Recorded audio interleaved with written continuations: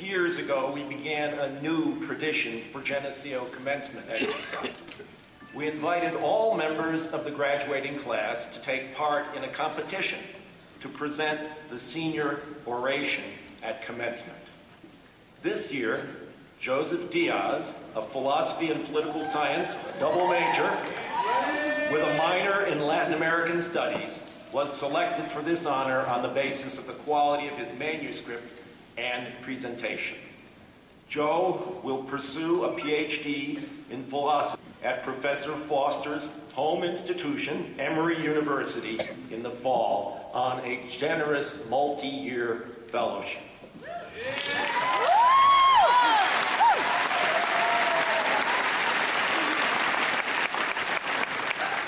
Before I ask him to come forward, however, I'd like Shannon Harwood, Adam Krupnik, and Antonia LaRuccia to stand and be recognized. Along with Joe and this afternoon's orator, Jeff Henderson, they were finalists in the senior oration competition.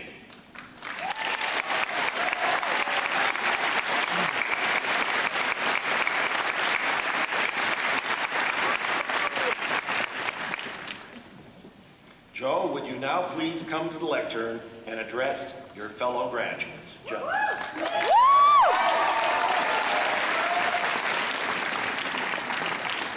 Thank you so much. Let me just adjust this to my head.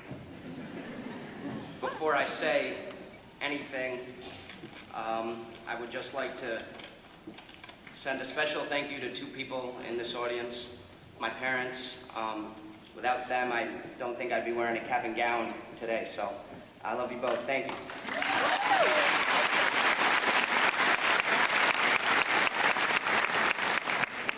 So, hello, everyone, and congratulations. It's a good day. Today is a day of celebration. Today, we focus on the good, the success, the progression, the perseverance that brought us all here to this moment now. This monumental moment that is so important because it signals our shift from college students to young adults, from spectators to actors in this world. As we make this shift from spectators to actors, we've got to take a look at this world that we're acting in. Today, at this ceremony, we primarily focus on the good, but we need to keep in mind the other stuff that's going on, lest we blind ourselves to this world that we inherit.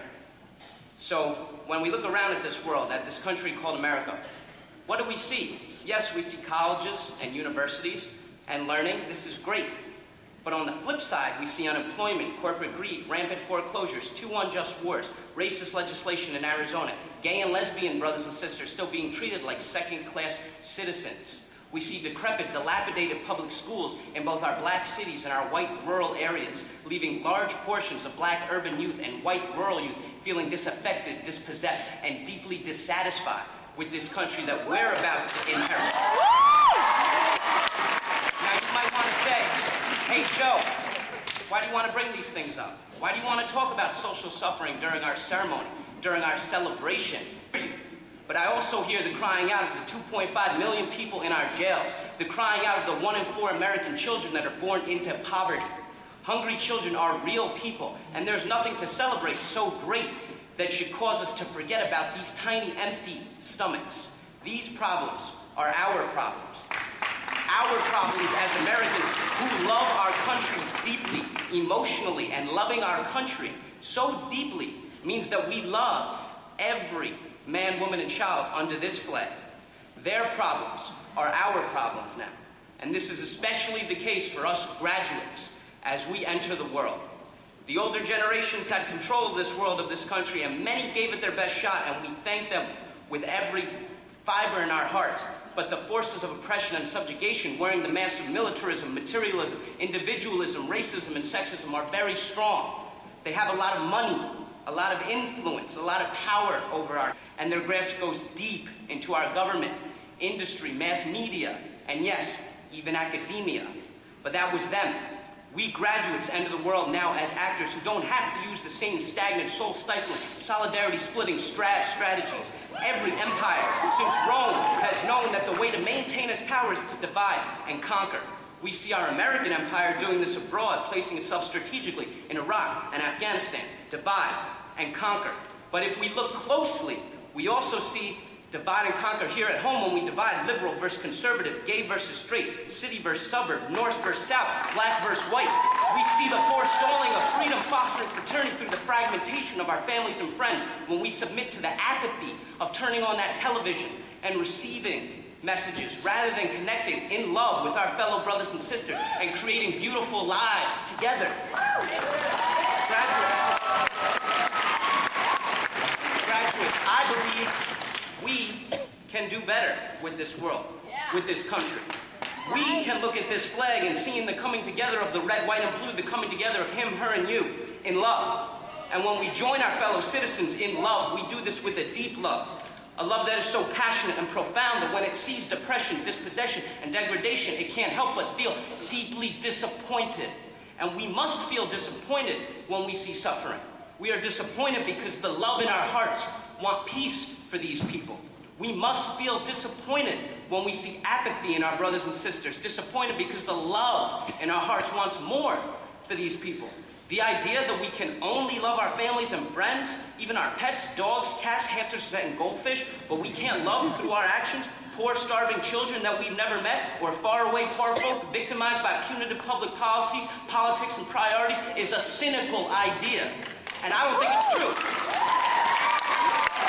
So I say to you in closing, it's not going to be easy. It is not. Changing the entrenched and institutionalized fragmentation will take true effort, deep patience, and the courage to sometimes be discouraged, but it must be done. We will come together in love and solidarity to combat the suffering and degradation, militarism, and excessive and racist incarceration, because we have to. We have to, because this earth and this country and its people are held together right now in a fragile balance. A balance that is tipped heavily in favor of the few. A balance that is maintained with the blood, sweat, tears, and bodies of the many. And this balance is a balance that, like many of its practices, is unsustainable. Nefarious forces will dig in and throw everything they can at us. They'll use the rhetoric of liberty and freedom. They'll say, if you criticize this country, you're being unpatriotic.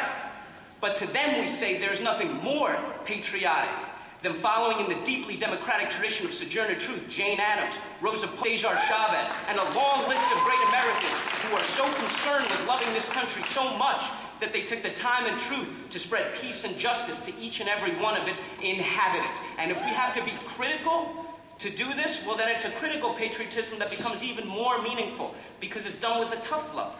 If we are to be the land of the free, we graduates must become the generation of the brave. It is this critical love, this nonviolent love, that focuses on using the mind to investigate problems and emphasizes turning critical nonviolent theory into nonviolent practice.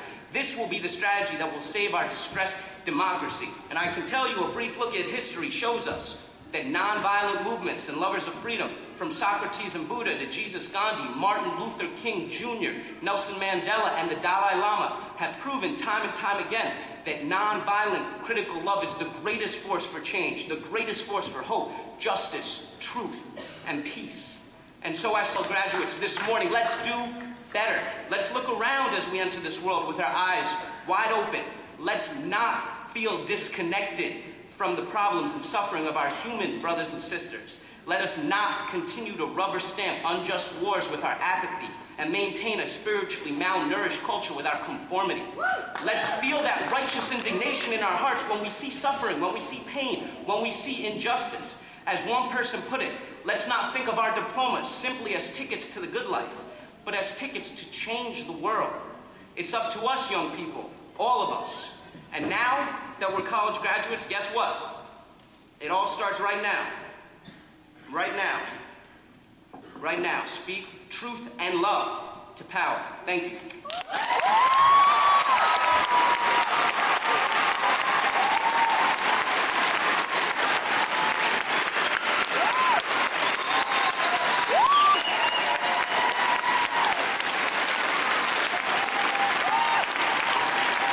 That's my son.